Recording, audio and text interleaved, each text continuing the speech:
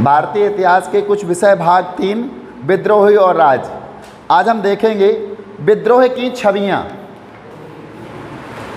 1857 का जो विद्रोह था, इसके कुछ दृश्य देखेंगे, हम उसकी छवियां देखेंगे। हम इस विद्रोहियों की गतिविधियों और उन पर किए गए दमन के तरीकों के बारे में किस तरह जान सकते हैं। हमें कैसे पता चलेगा ये विद्रोह कैसे हुआ था, विद्रोही गतिविधियां क्या थी और उन विद्रोहों का दमन किस प्रकार से किया गया था। जैसा कि हम पीछे देख चुके हैं, विद्रोहियों की सोच के बारे में हमारे पास बहुत कम दस्तावेज मौजूद हैं।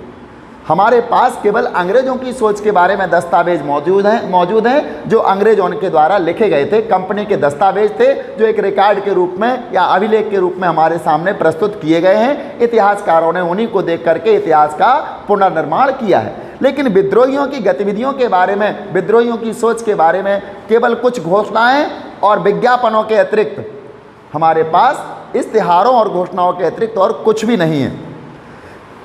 विद्रोहियों की सोच के बारे में हमारे पास कुछ बहुत कम दस्तावेज मौजूद हैं। हमारे पास विद्रोहियों की कुछ घोषणाएं, अधिसूचना तथा नेताओं के पत्र हैं। लेकिन अब तक ज़्यादातर इतिहासकार अंग्रेजों द्वारा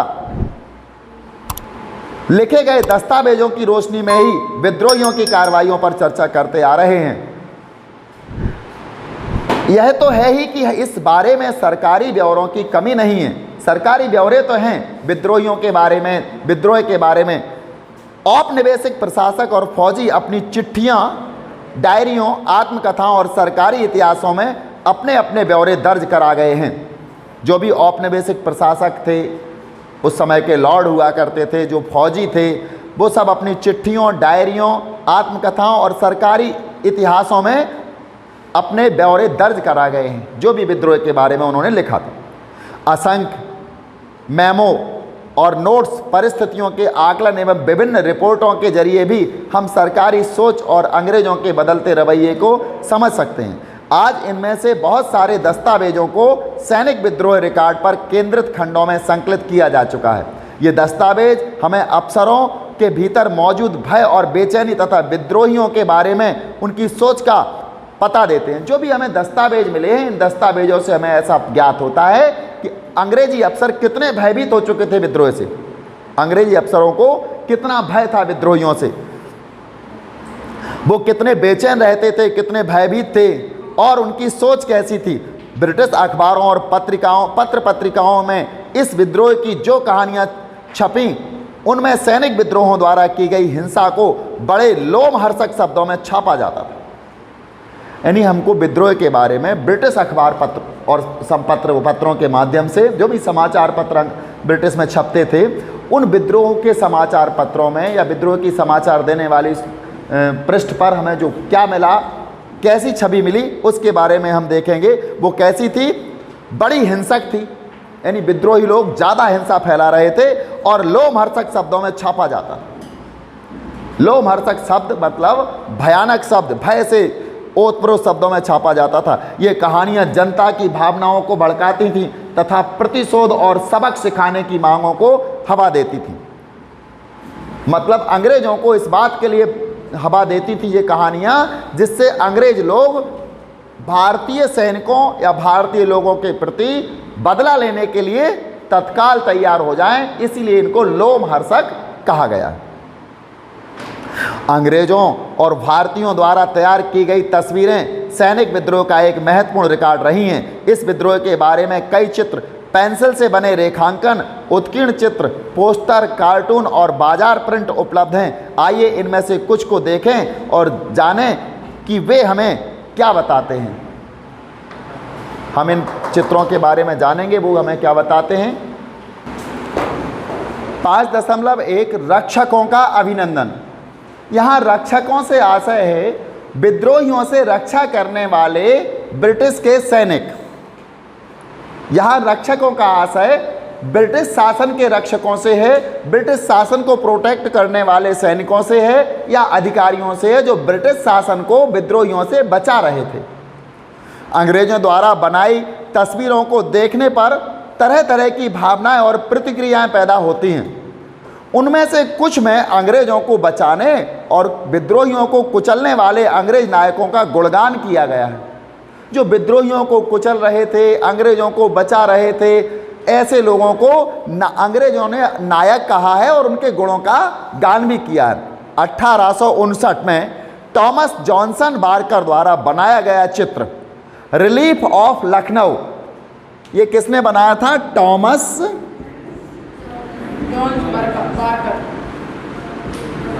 जॉन्स बारकर द्वारा बनाया गया।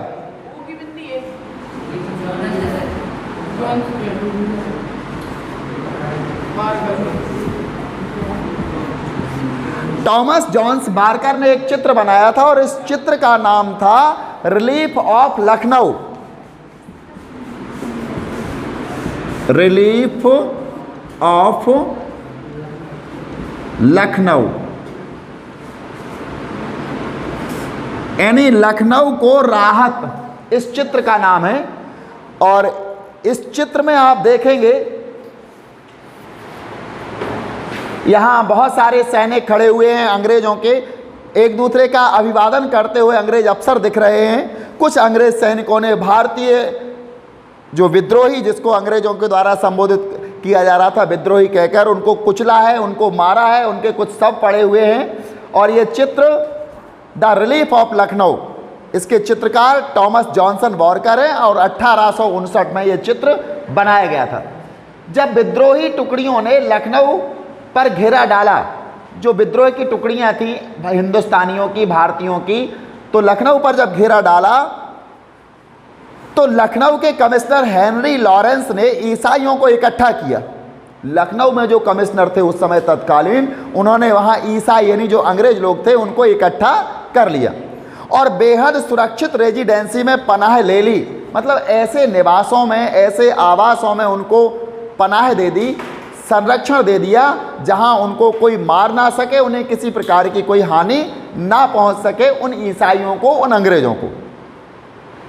बाद में लॉरेंस तो मारा गया, जो कि लॉरेंस वहां का कमिश्नर था, हेनरी लॉरेंस जो कमिश्नर था वो तो मारा गया। किसके द्वारा? विद्रोहियों के द्वारा। किंतु कर्नल इंग्लिश के नेतृत्व में रेजिडेंसी सुरक्षित रहा। एक कर्नल था, सैनिक अधिकारी था कर्नल इंग्लिश, इसके संरक्षण में रेजिडेंसी सुरक्षित रहा। 25 सितंबर को जेम्स ऑट्रम और हेनरी हैवलॉक वहां पहुंचे, यानी अंग्रेज के जो सैनिक अधिकारी थे इनका नाम था जेम्स ऑट्रम और हेनरी हैवलॉक, वहां पहुंचे। उन्होंने विद्रोहियों को तितर बितर कर दिया। वहां जो सख्ती से पहुंचे थे, सेना की टुकड़ी के साथ पहुंचे थे और इन्होंने विद्रोहियों को तितर बितर कर दिया। ब्रिटिश टुकड़ियों को नई मजबूती दी और जो अंग्रेजों की टुकड़ियां थी, सैनिक टुकड़ियां, इनको मजबूती दी। 20 दिन बाद भारत में ब्रिटिश टुकड़ियों का नया कमांडर कॉलिन कैंपबेल भारी तादाद में सेना लेकर वहां पहुंचा। 20 दिन बाद यानी हेनरी हैवलॉक वहां पहुंच गए थे और उन्होंने विद्रोहियों को तितर बितर कर दिया था पहले तो। इसके 20 दिन बाद भारत में ब्रिटिश टुकड़ियों का नया कमांडर कॉलिन कैंपबेल भारी तादाद में सेना लेकर वहां पहुंचा, जो कि सेना उसने ब्रिटिश से बुलाई थी। इसके पास अत्याधुनिक हथियार भी थे और उसने ब्रिटिश रक्षक सेना को घेरे से छुड़ाया। जो ब्रिटिश की रक्षक सेना थी उसको हमारे यहाँ के विद्रोहियों ने घेर लिया था, उस घेरे से उसने उनको छुड़ा लिया। अंग्रेजों के बयानों में लखनऊ की घेराबंदी उत्तर जीविता बहादुराना प्रतिरोध और ब्रिटिश सत्ता की निर्विवाद विजय की कहानी बन गई। चूंकि अंग्रेजों के द्वारा ऐसा कहा गया है, ये इतिहास का पुनर्निर्माण भी अंग्रेजों के साक्ष्यों से हुआ है, कंपनी के दस्तावेजों से हुआ है। तो यहाँ पर अंग्रेजों के बयानों में लखनऊ की घेराबंदी उत्तर जीविता बहादुराना प्रतिरोध और ब्रिटिश सत्ता की निर्विवाद विजय की कहानी बन गई। अंग्रेजों ने इस बात को लिखा कि ये हमारी विजय थी, क्योंकि विद्रोहियों को वहाँ से हटा दिया था और अपने रक्षकों को उन्होंने छुड़ा लिया था। बारकर की पेंटिंग कैंपबेल के आगमन के क्षण का जश्न मनाती है। जैसे ही बारकर की पेंटिंग आती है और उस पेंटिंग में कैंपबेल जो कि अधिकारी था, जो भारी तादाद में सैनिकों को लेकर आया था, उस अधिकारी के आगमन को उसकी पेंटिंग में दिखाया गया है, उसके चित्र में दिखाया गया है और उस क्षण को जश्न का क्षण माना है। जब कैंपबेल भारत आया, लखनऊ पहुंचा और उसने सेना के या कंपनी के रक्षकों को विद्रोहियों से मुक्त कराया था, तो उस क्षण को जश्न मनाते हुए पेंटिंग के रूप में बारकर ने बनाया था। कैनवस के माध्यम से, कैनवस मतलब होता है चित्र बनाया जाता है जिस पर, कैनवस के माध्यम में कैंपबेल, ऑट्रम और हैवलॉक इन 3 ब्रिटिश नायकों की छवियां हैं, जैसा कि चित्र में दिखाया गया है। तीनों नायक उसमें दिखाई दे रहे हैं, इनकी छवियां हैं। इनके इर्द गिर्द खड़े लोगों के हाथों को देखने पर दर्शक की निगाह चित्र के मध्य भाग की तरफ चली जाती है, क्योंकि बीचों बीच ये लोग खड़े थे। ये नायक एक ऐसे स्थान पर खड़े हैं जहां काफ़ी उजाला है। तीनों लोग ऐसे जगह पर खड़े हैं बीच में जहां काफ़ी उजाला है, जिनके अगले हिस्से में परछाई है और पिछली तरफ टूटा फूटा रेजिडेंसी दिखाई देता है जहां की अंग्रेज लोग या ईसाई लोग शरण लिए हुए थे। चित्र के अगले भाग में पड़े शव और घायल इस घेराबंदी के दौरान हुई मारकाट की गवाही देते हैं, जबकि मध्य भाग में घोड़ों की विजयी तस्वीरें इस तथ्य पर जोर देती हैं कि अब ब्रिटिश सत्ता और नियंत्रण बहाल हो चुका है। बीचों बीच इन तीनों अधिकारियों के बीचों बीच घोड़े दिखाई दे रहे हैं। इसका मतलब होता है कि अब अंग्रेज लोग विजयी हो चुके हैं।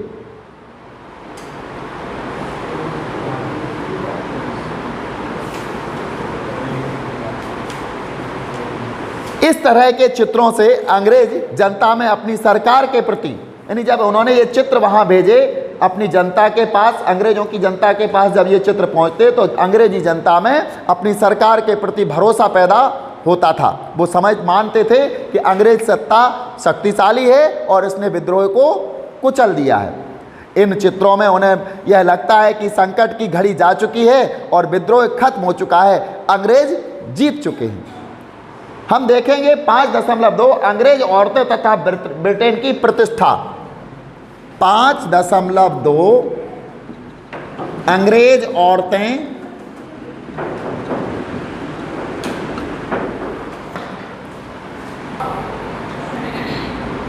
तथा ब्रिटेन की प्रतिष्ठा, यानी अंग्रेज औरतें और ब्रिटेन की प्रतिष्ठा।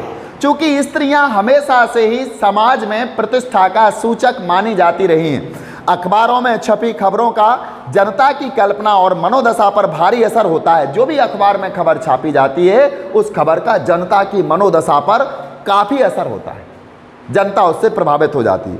वे घटनाओं के बारे में लोगों की भावनाओं और सोच को तय करती हैं। भारत में औरतों और बच्चों के साथ हुई हिंसा की कहानियों को पढ़कर ब्रिटेन की जनता प्रतिशोध और सबक सिखाने की मांग करने लगी थी।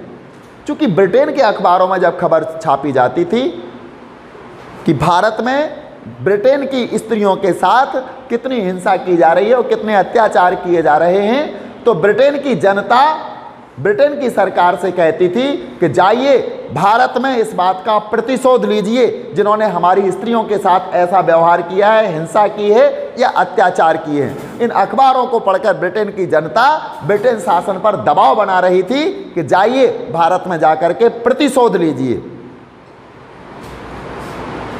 अंग्रेज अपनी सरकार से मासूम औरतों की इज्जत बचाने और निस्सहाय बच्चों को सुरक्षा प्रदान करने की मांग करने लगे। कलाकारों ने सदमे और पीड़ा की अपनी चित्रात्मक अभिव्यक्तियों के जरिए इन भावनाओं को आकार प्रदान किया है। जो भी कलाकार रहे हैं जिन्होंने कैनवास पर अपने चित्र उतारे हैं, जिन्होंने चित्रकारी की है, उन्होंने इन चित्रात्मक अभिव्यक्तियों के जरिए अपनी भावनाओं को आकार प्रदान किया है कि किस प्रकार से स्त्रियों का शोषण या स्त्रियों के साथ अत्याचार हो रहे हैं। जोसेफ नोएल पेटन ने सैनिक विद्रोह के 2 साल बाद इन मेमोरियम बनाई, यानी उसने कुछ स्मृति के चित्र बनाए। किसने? जोसेफ नोएल पेटन ने विद्रोह के 2 साल बाद, यानी 1759 में करीब बनाए होंगे, 1859 में। इस चित्र में अंग्रेज औरतों और बच्चे एक घेरे में एक दूसरे से लिपटे दिखाई दे रहे हैं। इस चित्र में क्या दिखाई दे रहा है? अंग्रेज स्त्रियां हैं और बच्चे उनको से लिपटे हुए हैं और एक घेरे में हैं। वे लाचार हैं, मासूम दिख रहे हैं, मानो एक भयानक घड़ी की आशंका में हैं। देखिए इस चित्र को आप देखिए, 2 स्त्रियां एक दूसरे के कंधे में हाथ डाले हुए हैं, कुछ आपस में लिपटी हुई हैं, बच्चों को अपने साथ लिए हुए हैं। ऐसे लग रहा है ये लाचार हैं और मासूम हैं। इसके बाद एक चित्र यहाँ दिखाई दे रहा है, एक स्त्री पिस्टल से विद्रोहियों पर वार करती है नजर आ रही है, और नीचे एक और लाश पड़ी हुई है। यहाँ इन चित्रों को देख करके ये कानपुर में सिपाहियों से अपनी रक्षा करती मिस व्हीलर हैं जो दिखाई दे रही हैं। तो वे अपनी इज्जत, हिंसा और मृत्यु का इंतजार कर रहे हैं। इन मेमोरियम में, यानी जो उसने मेमोरियम बनाया है चित्रकार ने, उसमें दिखाई दे रहा है कि जो ब्रिटेन की स्त्रियां हैं वो अपनी बेइज्जती, हिंसा और मृत्यु का इंतजार कर रही हैं, ऐसे उसने चित्र में दिखाया है। इन मेमोरियम में भीषण हिंसा नहीं दिखती, उसकी तरफ सिर्फ एक इशारा है, यानी पूरी तरह से हिंसा तो नहीं दिखती ऐसे चित्रों में, लेकिन एक इशारा जरूर किया जा रहा है। यह दर्शक की कल्पना को झिझोड़ती है और उसमें गुस्से और बेचैनी का भाव पैदा करती है। इसमें विद्रोहियों को हिंसा और बर्बर बताया गया है, मतलब जो विद्रोही हैं वो हिंसक हैं और बर्बर हैं। उन्होंने स्त्रियों को, बच्चों को, किसी को नहीं बख्शा था, ऐसा इस मेमोरियम के द्वारा, इस चित्र के द्वारा बताया गया है। इसमें विद्रोहियों को बर्बर बताई दिया है, हालांकि वे चित्र में अदृश्य हैं, मतलब कौन, विद्रोहियों को उस चित्र में नहीं दिखाया है, लेकिन फिर भी इस चित्र के माध्यम से उन्हें बर्बर और हिंसक दिखाने का प्रयास किया गया। पृष्ठभूमि में आप ब्रिटिश टुकड़ियों को रक्षक के तौर पर आगे बढ़ते देख सकते हैं। इस चित्र के जो पीछे हमें दिखाई दे रहा है, इसमें ब्रिटिश सैनिक रक्षक के तौर पर वो उन स्त्रियों की तरफ आगे बढ़ रहे हैं। कुछ अन्य रेखा चित्रों व पेंटिंग्स में हमें औरतें अलग तेवर में दिखाई देती हैं। इनमें वे विद्रोहियों के हमले से अपना बचाव करती हुई नजर आती हैं। उनमें वीरता की मूर्ति के रूप में दर्शाया गया, यानी इन स्त्रियों को। कई चित्र ऐसे भी हैं जिसमें स्त्रियां अलग रूप में दिखाई देती हैं, विद्रोहियों से वो दो दो हाथ करती दिखाई देती हैं और उनके विद्रोहियों के हमले से बचाव करती हैं, और उन्हें वीरता की मूर्ति के रूप में ब्रिटेन में दिखाया गया था। इसके लिए चित्र 10.12 है। मैं मिस व्हीलर मध्य में दृढ़तापूर्वक खड़ी है, वह अकेले ही विद्रोहियों को मौत की नींद सुलाती हुई अपनी इज्जत की रक्षा करती है। तमाम ब्रिटिश चित्रों की तरह यहाँ भी विद्रोहियों को दानवों के रूप में दर्शाया गया है।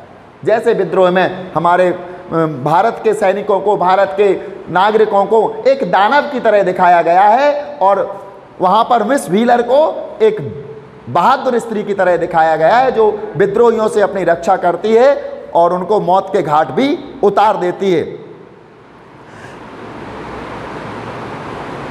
यहां 4 कद्दावर आदमी हाथों में तलवारें और बंदूक लिए एक अकेली औरत के ऊपर हमला कर रहे हैं। यहां इज्जत और जिंदगी की रक्षा के लिए औरत के संघर्ष की आड़ में दरअसल एक गहरे धार्मिक विचार को प्रस्तुत किया गया है। यह ईसाईयत की रक्षा का संघर्ष है।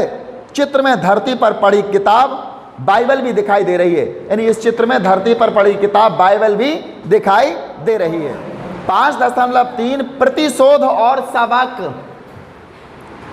प्रतिशोध का मतलब होता है बदला, यानी ब्रिटिश सैनिक भारतीय विद्रोहियों से बदला ले रहे थे और उनको सबक सिखाने के कार्य कर रहे थे। जैसे जैसे ब्रिटेन में गुस्से और सख्ते का माहौल बनता गया, बदले की मांग बुलंद होती गई। विद्रोह के बारे में प्रकाशित चित्रों एवं खबरों ने ऐसा माहौल रच दिया जिसमें हिंसक दमन और प्रतिशोध की लाजमी और वाजिब माना जाने लगा। मतलब जिस प्रकार ब्रिटेन के लोगों में गुस्सा बढ़ता गया ऐसे चित्रों को देख करके, और उनके सख्ते का माहौल बनता गया, बदले की मांग वहाँ बुलंद होती गई। जो चित्र बनाए जा रहे थे, इन चित्रों को अखबारों के माध्यम से वो देखते थे और इस प्रकार बदले की मांग भी वहाँ बुलंद होती गई। विद्रोह के बारे में प्रकाशित चित्रों एवं खबरों ने ऐसा माहौल रच दिया था सारे ब्रिटेन में जिसमें हिंसक दमन और प्रतिशोध को लाजमी और वाजिब माना जाने लगा। वहाँ के लोग मानने लगे कि अब तो जो हिंसक विद्रोह चल रहा है, यहाँ प्रतिशोध लिया जाए और इनकी हिंसा की जाए, इनका दमन किया जाए। इसको वहाँ लाजमी का मतलब है उपयुक्त माना जाने लगा। माहौल ऐसा था मानो न्याय के मूल्यों की रक्षा के लिए ब्रिटिश प्रतिष्ठा और सत्ता को दी जा रही चुनौती को निर्ममता से कुचलना जरूरी था। यानी ब्रिटिश के लोग ये समझने लगे थे इन अखबारों के माध्यम से पढ़ के या चित्रों को देख करके कि हमारी जो सत्ता को, हमारी प्रतिष्ठा को जो चुनौती दी जा रही है, इसको निर्ममता पूर्वक कुचल दिया जाए। विद्रोह से आतंकित अंग्रेजों को लगता था कि उन्हें अपनी अपराजयता का प्रदर्शन करना ही चाहिए, मतलब वो समझने लगे कि हमें अपराजयता का प्रदर्शन करना है, हमें बताना है कि हम जीत सकते हैं। ऐसे ही एक तस्वीर चित्र 10.13 में हमें न्याय की एक रूपात्मक स्त्री छवि दिखाई देती है।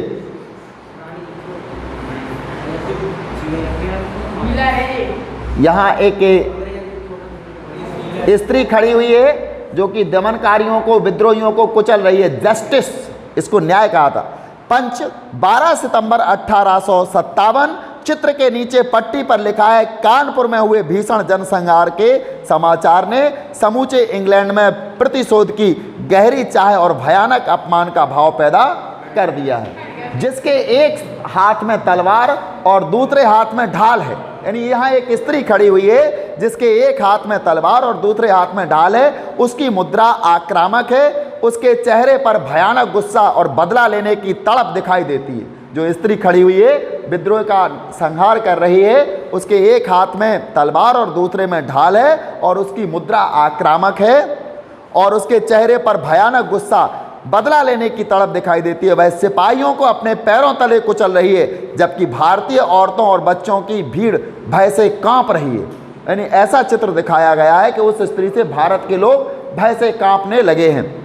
इनके अलावा भी ब्रिटिश प्रेस में असंख्य दूसरी तस्वीरें और कार्टून थे जो निर्मम दमन और हिंसक प्रतिशोध की जरूरत पर जोर दे रहे थे। और भी ऐसे कार्टून थे जो निर्मम दमन और हिंसक प्रतिशोध की जरूरत पर जोर दे रहे थे। यहाँ हमको दिखाई दे रहा है बहुत सारे सैनिक खड़े हुए हैं और यहाँ तोपें लगा दी गई हैं। सामने विद्रोहियों को बांध दिया गया है और इस प्रकार उनको तोप के सामने खड़ा करके उड़ाया जा रहा है। Execution of mutineers at Peshawar blowing from the guns. Peshawar में विद्रोहियों को मृत्युदंड तोप से उड़ाते हुए। Illustrated London News 3 October 1857। यहाँ मृत्युदंड का एक दृश्य एक नाटक के रंगमंच जैसा दिखाई देता है। निर्मम सत्ता का नाट्य मंचन। पूरे दृश्य पर वर्दियों में सजे घुड़सवार, देखो ये वर्दियों में सजे घुड़सवार दिखाई दे रहे। सैनिक और सिपाही हावी दिखाई देते हैं। उन्हें अपने साथी सिपाहियों की मृत्यु का दृश्य देखना है और विद्रोहियों के भयानक परिणामों को महसूस भी करना है। यानी इस चित्र में ये दिखाया जा रहा है कि जो विद्रोही हैं वहाँ भारत की सैनिक टुकड़ियाँ हैं जिसमें कुछ भारतीय सैनिक भी हैं। वो ये देखेंगे कि जिन सैनिकों ने विद्रोह किया था उनको किस प्रकार तोप से उड़ाया जा रहा है। यहाँ एक चित्र और दिखाई दे रहा है, चित्र 10.6 है। Execution of mutineers at Peshawar. Peshawar में विद्रोहियों को मृत्युदंड। इलस्ट्रेटेड लंदन न्यूज 3 अक्टूबर 1857 को प्रकाशित हुआ था। मृत्युदंड के इस दृश्य में 12 विद्रोही एक कतार में लटके हुए हैं और चारों तरफ तोपें तैनात हैं। यह सामान्य दंड का दृश्य नहीं है, यह दहशत का प्रदर्शन है। लोगों को यह एहसास कराने के लिए, मतलब इस प्रकार का सार्वजनिक रूप से दंड दिया जाता था जिससे लोगों को इस बात का एहसास हो जाए कि कोई भी साजिश करे या ऐसे में किसी भी प्रकार की अंग्रेजों के खिलाफ कोई साजिश करता है, भयभीत हो जाए। प्रतिशोध और सबक सिखाने की चाहे इस बात में भी प्रतिबिंबित होती है कि विद्रोहियों को कितने निर्मम ढंग से मौत के घाट उतारा गया। उन्हें तोपों के मुहाने पर बांधकर उड़ा दिया गया या फांसी पर लटका दिया। इन सजाओं की तस्वीरें आम पत्र पत्रिकाओं के जरिए दूर दूर तक पहुंच रही थी। इससे क्या हो रहा था? दहशत का प्रदर्शन हो रहा था, क्योंकि उन्हें तोप के मुंह पर बांध करके उड़ाया जा रहा था और इस प्रकार से तस्वीरें लोगों तक पहुंच रही। 5.5 दया के लिए कोई जगह नहीं। चूंकि विद्रोहियों के लिए, अंग्रेजों के पास दया के लिए कोई जगह नहीं थी। इस शीर्षक के माध्यम से यही दिखाने का प्रयास किया गया है। जब प्रतिशोध के लिए ही शोर मच रहा हो, ब्रिटेन में किस चीज का शोर मच रहा था? बदला लेने के लिए, भारतीयों से बदला लेने के लिए। तो जब प्रतिशोध के लिए शोर मच रहा हो, ऐसे समय पर नर्म सुझाव मजाक का पात्र बनकर ही रह जाते हैं। जब पूरे ब्रिटेन में एक माहौल बन चुका था समाचार पत्रों और पत्रिकाओं के द्वारा, ऐसे समय में क्या होता है, ब्रिटेन में जो नर्म सुझाव यदि कोई दे रहा था तो वो मजाक की तरह बन रहे थे। जब गवर्नर जनरल केनिंग ने ऐलान किया कि नरमी और दया भाव से सिपाहियों की वफादारी हासिल करने में मदद मिलेगी, यानी उस समय गवर्नर जनरल लॉर्ड केनिंग ने एक ऐलान किया था कि नरमी और दया भाव से सिपाहियों की वफादारी हासिल करने में मदद मिलेगी। ये लॉर्ड केनिंग का सुझाव था। भारत के जो सिपाही थे, जो विद्रोही हो चुके थे, उनके साथ यदि हम नरमी बरतेंगे या तो उससे हमें उनकी वफादारी मिल जाएगी, ऐसा लॉर्ड केनिंग का सुझाव था। क्योंकि माहौल इसके विपरीत था। माहौल था किसका? प्रतिशोध का माहौल। और प्रतिशोध के माहौल में यदि दया की बात की जाए तो ये मजाक ही साबित होती है। और लॉर्ड केनिंग के ये सुझाव पर लोगों को लगा कि ये तो मजाक जैसी बात होने लगी है, तो ब्रिटिश प्रेस में उसका मजाक उड़ाया गया। हास्यपरक व्यंग की ब्रिटिश पत्रिका पंच के पन्नों में प्रकाशित एक कार्टून में केनिंग को एक भव्य नेक बुजुर्ग के रूप में दर्शाया गया।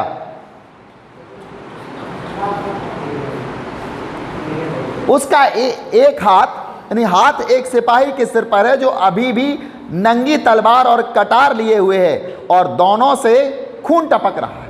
यानी वो क्या लिए? नंगी तलवार और कटार लिए हुए है और दोनों से खून टपक रहा है, लेकिन उसके ऊपर लॉर्ड केनिंग हाथ रखे हुए हैं। मतलब ये दिखाया गया है कि जो सिपाही अंग्रेजों का खून कर रहे हैं उन पर आप दया दिखा रहे हैं। तो ब्रिटिश समाचार पत्रों में इस चित्र को मजाक के रूप में, या इनके लॉर्ड केनिंग के विचार को मजाक के रूप में दिखाया गया था। चित्र 10.17 यह एक ऐसी छवि थी जो उस समय की बहुत सारी ब्रिटिश तस्वीरों में बार बार सामने आती थी। इस तस्वीर के बारे में हम बताएंगे। द किलमेंसी ऑफ केनिंग, केनिंग का दया भाव।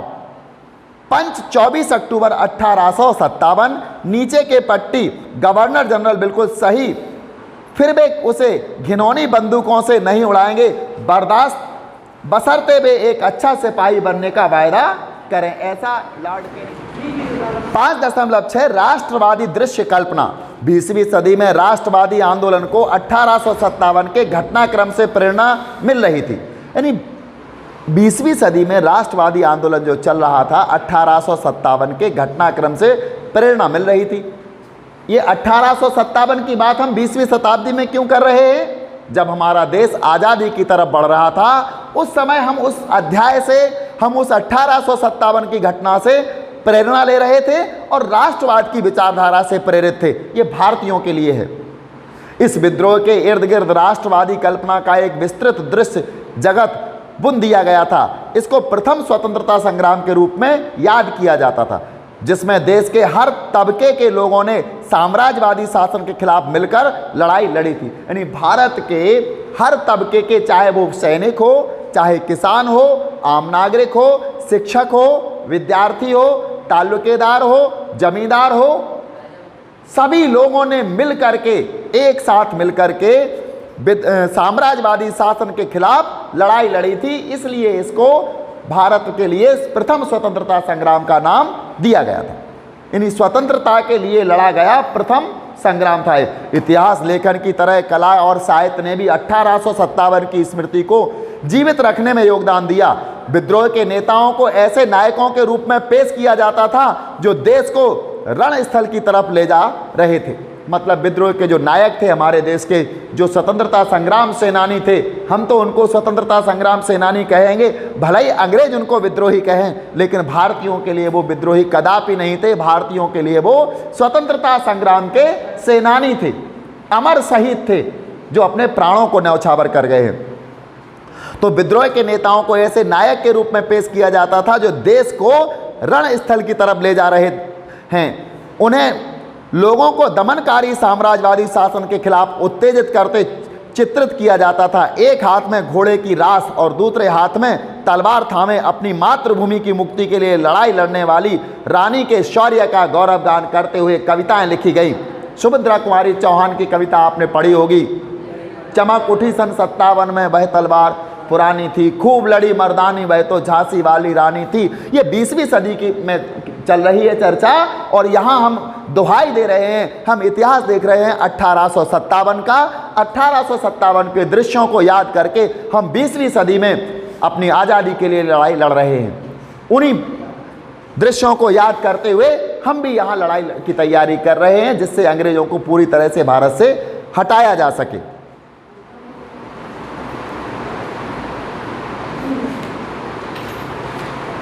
रानी झांसी को एक ऐसी मर्दाना शख्सियत के रूप में चित्रित किया जाता था जो दुश्मनों का पीछा करते हुए और ब्रिटिश सिपाहियों को मौत की नींद सुलाते हुए आगे बढ़ रही है। मतलब उसको एक मर्दानी शख्सियत के रूप में बताया गया है। जिस समय स्त्रियां हमारे देश में अबला समझी जाती थी, उस समय उस स्त्री को मर्दानी शख्सियत के रूप में चित्रित किया गया है।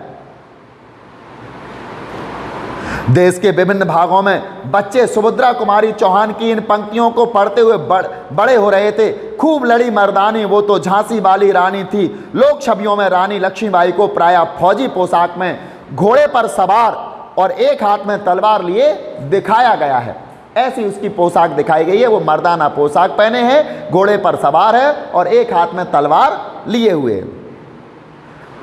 अन्याय और विदेशी शासन के दृढ़ प्रतिरोध का प्रतीक इन तस्वीरों से पता चलता है कि उन्हें बनाने वाले चित्रकार इन घटनाओं को कैसे देखते थे, उनके एहसास क्या थे और वे क्या कहना चाहते थे। इन चित्रों और कार्टूनों के माध्यम से हम उस जनता के बारे में जान सकते हैं जो उन चित्रों की तारीफ या आलोचना करती थी।